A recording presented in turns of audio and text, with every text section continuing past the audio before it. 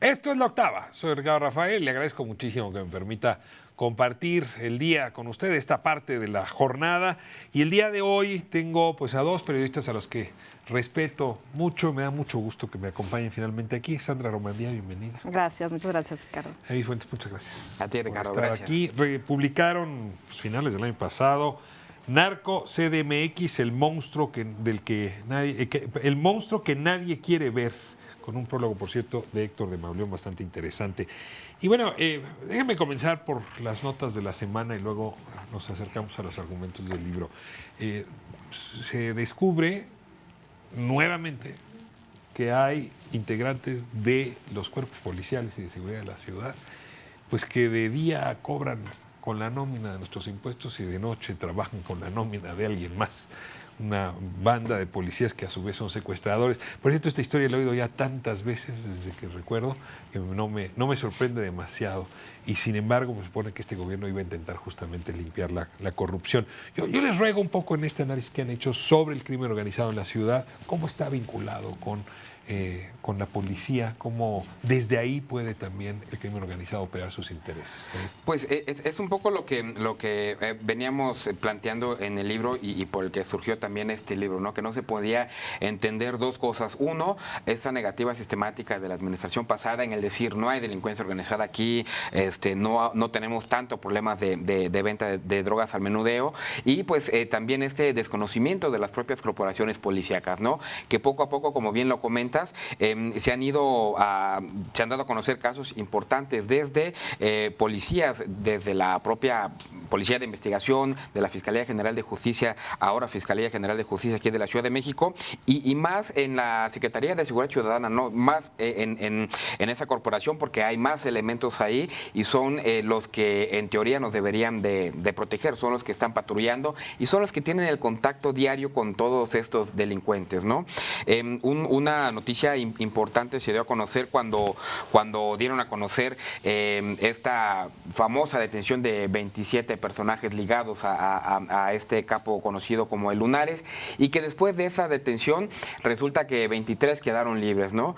Y en esa ocasión el propio actual jefe de la Policía Capitalina pues dijo que sí tenían elementos infiltrados y que estaban trabajando para la delincuencia organizada.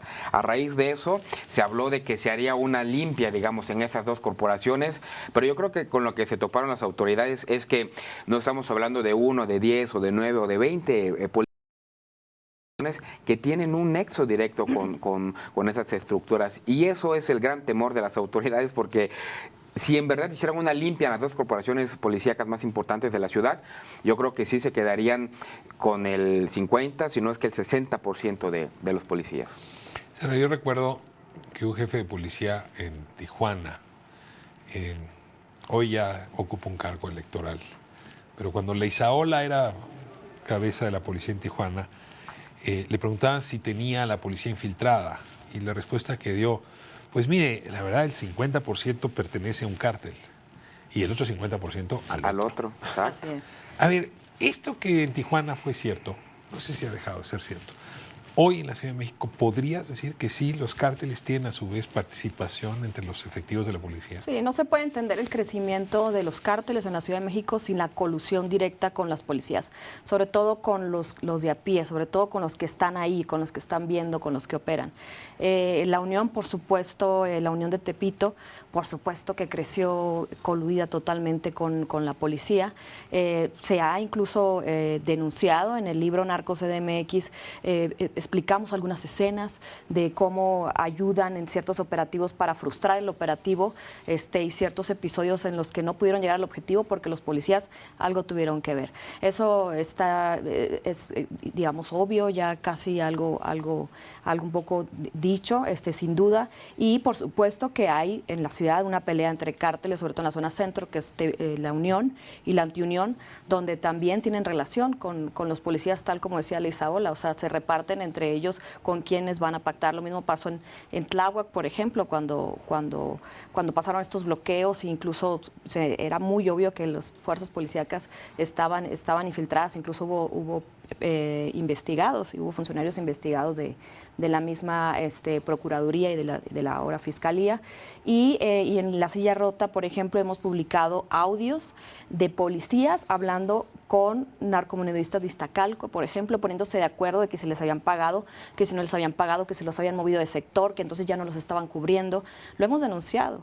Y lo peor, Ricardo, es que muchos de esos elementos siguen trabajando, los mueven del lugar.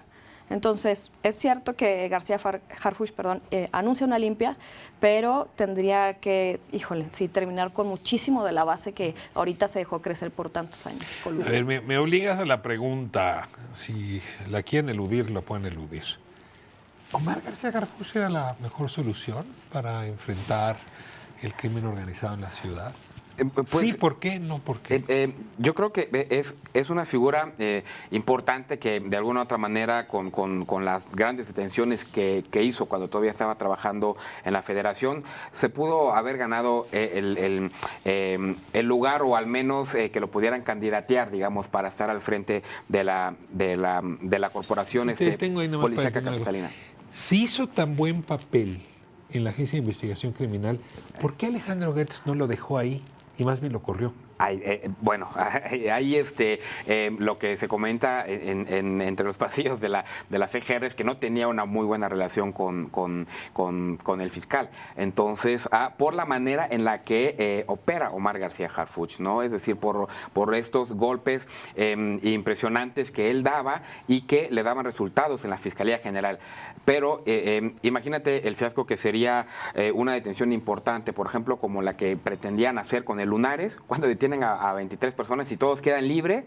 ¿Y te acuerdas por qué quedaron libres? A nivel, por errores absurdos. No, porque según esto los habían detenido en Fortaleza. Y resulta que estaban en Peralvillo, sí, claro. ¿no? 2 o 3 cuadras adelante. En una fiesta, es decir, ¿no?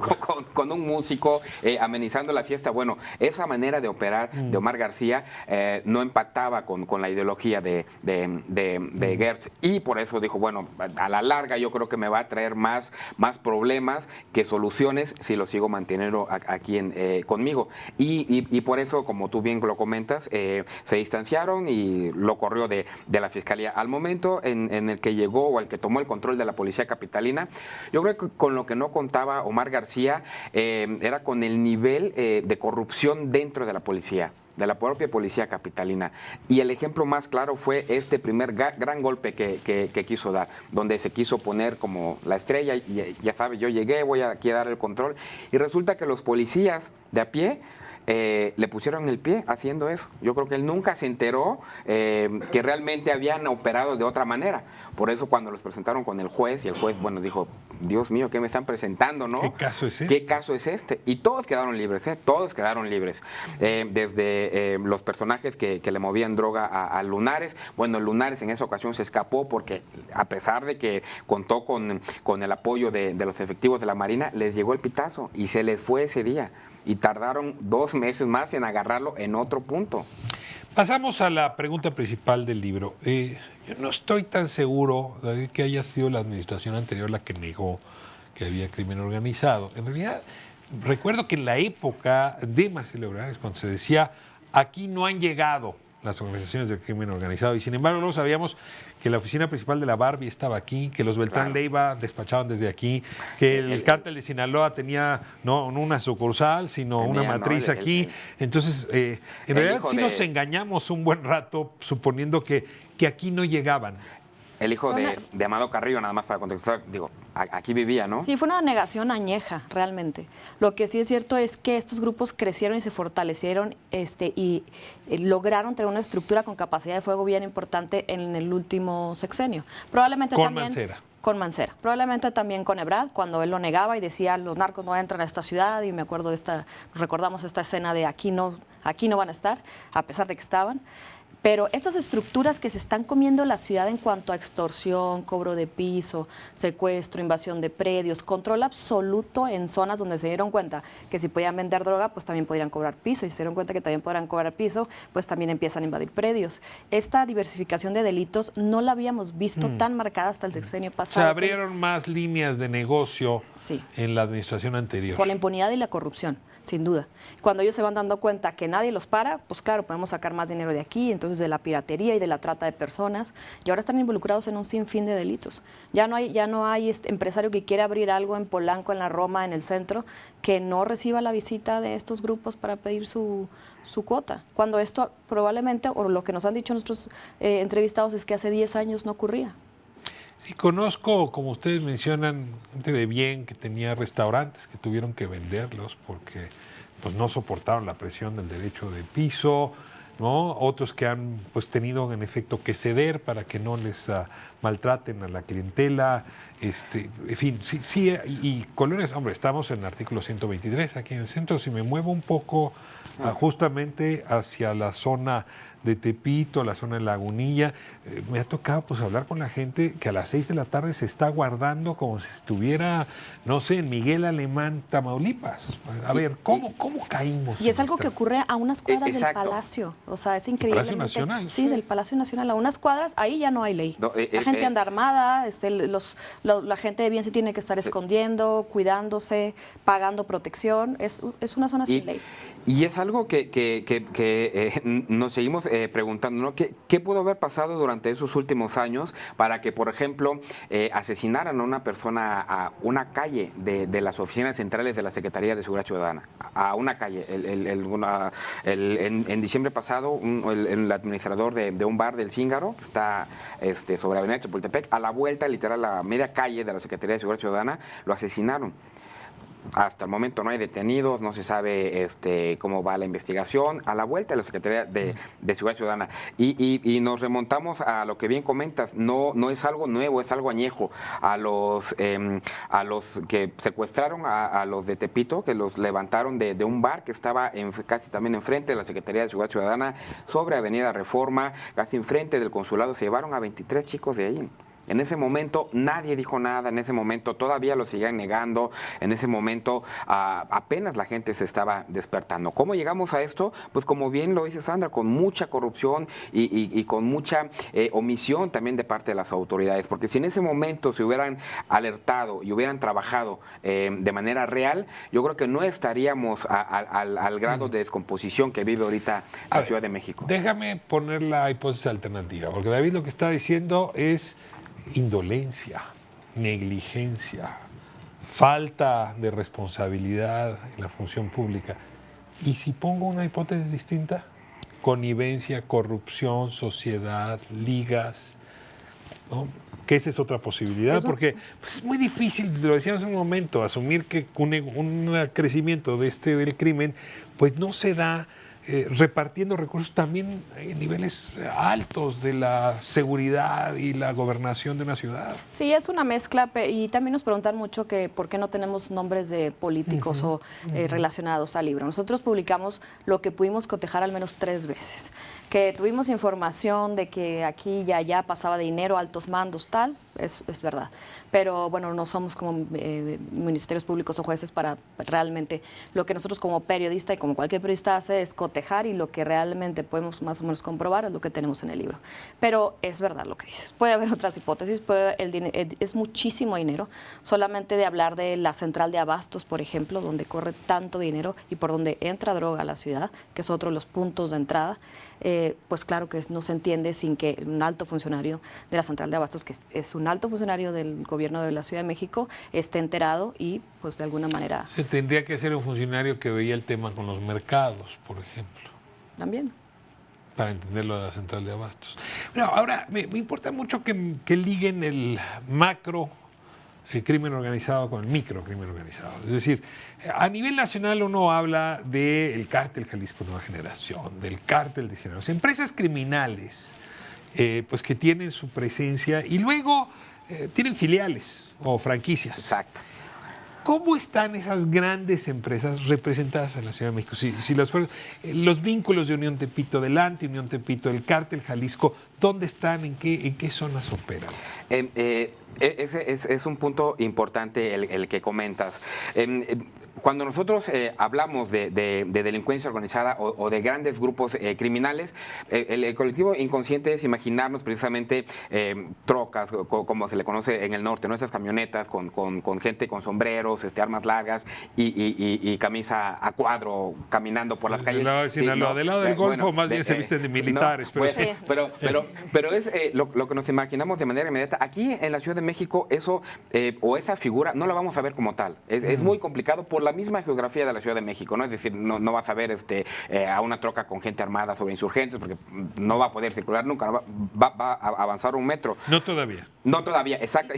Sus características. Y esperemos que no lleguemos a ese nivel, pero sí se han, digámoslo así, introducido a la Ciudad de México a través de esas pequeñas alianzas que han formado con el grupo preponderante, ¿no? Estamos hablando desde la familia michoacana que logró establecer contacto con el cártel de Tláhuac a través de los Beltrán Leiva allá en Morelos, después los del cártel de Sinaloa cuando estaban en su apogeo y ahora el cártel Jalisco Nueva Generación, a través, bien lo dices, de estas pequeñas alianzas que se han ido conformando, ¿no? Porque a final de cuentas la Ciudad de México no tiene grandes plantíos como para producir hectáreas de marihuana o cocaína. Esa droga se la tienen que comprar a alguien y se la tienen que comprar al grupo preponderante en ese momento. Ahora, lo cierto es que, perdón que te interrumpa. Me voy a corte y entramos a ponerle lupa al asunto. Esto es La Octava, soy Ricardo Rafael. Estamos hablando de crimen organizado en la Ciudad de México. Estoy con Sandra Romandía, David Fuentes, quienes junto con Antonio Nieto publicaron Narco, Ciudad de México, un libro que está vendiendo muy bien porque la verdad es que es un gran diagnóstico de lo que pasa en la ciudad capital. Volvemos en un momento, no se vaya. Estamos de vuelta en La Octava. Les agradezco muchísimo, Sandra Romandía, David Fuentes, muchas gracias por esta conversación. Y bueno, les hacía esta pregunta. Si uno, pues no sé, va a Sinaloa, pues muy claro que hay una empresa que gobierna todo, incluso la catedral, y ahí se hacen bodas, ¿no?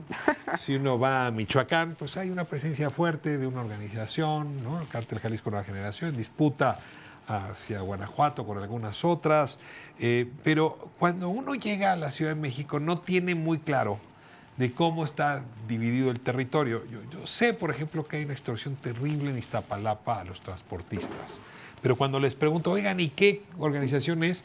Y entonces nada más te dicen, pues la del logo. ¿Y cuál es la del logo? Pues que sí le van pegando a los camioncitos una estampa de los que ya pagaron derecho de piso, pero no te saben decir quiénes son, ¿no? Incluso en la colonia donde vivo, no lo voy a aclarar aquí, pues platicando con los restauranteros, te dicen, no, pues a mí ya me habló el licenciado. ¿Y quién es el licenciado? Y no te saben decir a qué grupo pertenece el licenciado. A ver, un poco para los que vivimos en esta ciudad, ¿quién es quién? ¿De quién dependen o son independientes? Pues hay uno. Las dos grandes corporaciones criminales, digamos, que operan en la Ciudad de México, la primera es la Unión de Tepito, ¿no? que sigue todavía dominando gran parte del centro de la ciudad, y la otra es el cártel de Tláhuac, que sigue dominando todavía el sur de la ciudad, o lo que queda del cártel de Tláhuac. Lo que sucede en la Ciudad de México es algo muy particular, ¿no? Que es... estos grupos han logrado hacer una suerte como de franquicias en donde pues te rentan el nombre, ¿no? Y dices, pues tú puedes utilizar el nombre de la Unión de Tepito, va a cambio de una renta, y como si fuera paga cafetería. La renta, bueno, y este que paga la renta va y te dice, soy el licenciado, vengo de parte del Betito a extorsionarte, y te dejan las tarjetas y te dejan números y todo, y llegan igual en motonetas armados. Ese es gran parte del problema, que también yo creo que las autoridades no han logrado reflejar mediáticamente que sí los están combatiendo, porque a ti te llega el licenciado, te llega el ingeniero, te llega el tortas, o te llega Juanito, el que vende tunas, y te dice, te voy a dejar aquí este número, y lo ves armado y págame tanto. Ahora, ¿a quién acudes? ¿A quién vas? ¿Me entiendes? Ya no sabes de quién es. Y también lo que se ha descubierto también es que hay tanta impunidad que también hay gente que se dice, soy de la Unión, soy de la Unión, y cobra. Hay un grado de impunidad en la ciudad en la que cualquiera casi se puede ir a presentar para cobrar piso. En situación de normalidad, Sandra, pues yo iría a hablar con la policía y le diría, oiga, el licenciado me habló. Gran problema. ¿Qué pasa? A ver, ¿tú me animarías? Gran problema. No. Oye, fíjate, te voy a contar, tengo un restaurante, o tengo un micro, Y vino el licenciado y me dijo que le daba lana. ¿Con quién voy? Gran problema. En uno de los capítulos contamos cómo un restaurantero que lo estaban extorsionando, pues en lo que regresa, ya lo estaban esperando los que lo extorsionaban para decirle, fuiste a denunciar. En el Ministerio Público, él estaba levantando la denuncia, se levanta el Ministerio Público y regresa y le dice, voy al baño, se levanta el Ministerio Público. En ese momento que se levanta el Ministerio Público, recibe una llamada. Y le dicen, ya sabemos dónde estás y lo que estás haciendo, te vamos a esperar afuera. Regresa al Ministerio Público y le dice, me decía, no, joven, nada. Ya, se me olvidó Alzheimer. Nivel. Bueno, vamos al ejemplo más reciente. Las denuncias de este famoso búnker de Lunares en Peralvillo fueron de propios vecinos que decían, ay, ya nos tienen cansados, hacen muchas fiestas, no, son muy prepotentes, no pueden pasar por aquí las niñas porque los acosan. Hay testimonios de que se hicieron varias denuncias.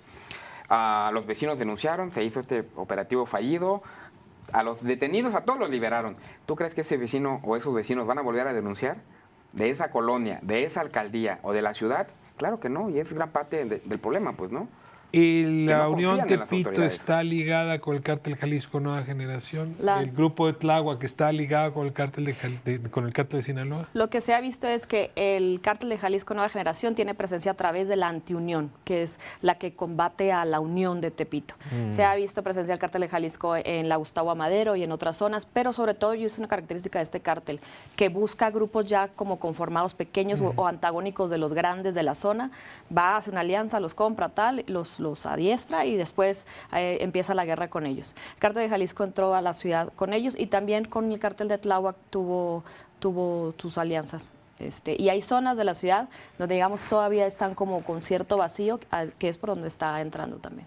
Y lo acabamos de ver con la detención que dieron a conocer las autoridades, ¿no? Esa persona que fue el encargado de coordinar el doble homicidio en Plaza Arts y que pues se le relaciona de manera directa con el Cártel Jalisco Nueva Generación, y que este personaje estaba ya reclutando a personas para apoderarse, digámoslo así, de la alcaldía Álvaro Obregón, ¿no? Les detuvieron un arsenal importante, le tuvieron cantidad importante de efectivo, y eso te muestra que ya están aquí, pues, ¿no? Fue un detenido. Así como ese, no sabemos cuántos pueden haber, pero si hay 16 delegaciones, imagínate que haya uno en cada delegación. Pues menudo dilema tiene Claudia Sheinbaum. Nos quedan 5 minutos de esta conversación. Si los llamara la jefa de gobierno y dijeran, a ver, Sandra, ahorita ayúdenme, ¿cómo le entro a este desastre dado el conocimiento que ustedes tienen? ¿Qué les dirían? Mira, la información ahí está, por una parte. Luego, proteger la denuncia de los ciudadanos, porque son los que tienen la información, como se ha visto, son los que cuentan y tal. Pero si no los protegen, no va a fluir la información y que no va a servir para un proceso de inteligencia. Y 3, pues limpiar las policías, que es lo más difícil, que probablemente se van a quedar con 3, porque muchos están relacionados y repartidos, como bien dices, con diferentes grupos. Y aplicar también la inteligencia. La Ciudad de México es un gran Big Brother, ¿no? Es decir, porque nosotros hemos visto en las imágenes que luego nos comparten. Con la cantidad de cámaras que nos siguen en esta ciudad, claro, ¿cómo puedes? Bueno, saben dónde se guarda la droga, saben a qué hora llega, saben por qué calle van a salir, saben por dónde llega la droga o por dónde se van, cómo llegan. Es solamente aplicar inteligencia y de verdad querer combatir este problema con inteligencia. No irse directamente al fuego con ellos, porque eso ya está comprobado, que nada más van a haber muertos de un lado, muertos del otro y un caos en la ciudad. Con más inteligencia. Mi amigo Mariano, no voy a dar mayores datos, perdió a su hijo, lo asesinaron ahí en la Gustavo Amadero, en la unidad habitacional donde vive. Y me cuenta que desde eso que ocurrió hace 3 años a la fecha, la policía no llega. O sea, no se atreve la policía, nadie uniformado, nadie en patrulla, a circular por su unidad habitacional. Y la verdad es que Gustavo Amadero es, como Iztapalapa y algunas otras zonas, muy complicado, pues zona de todo el mundo menos de los actores legales.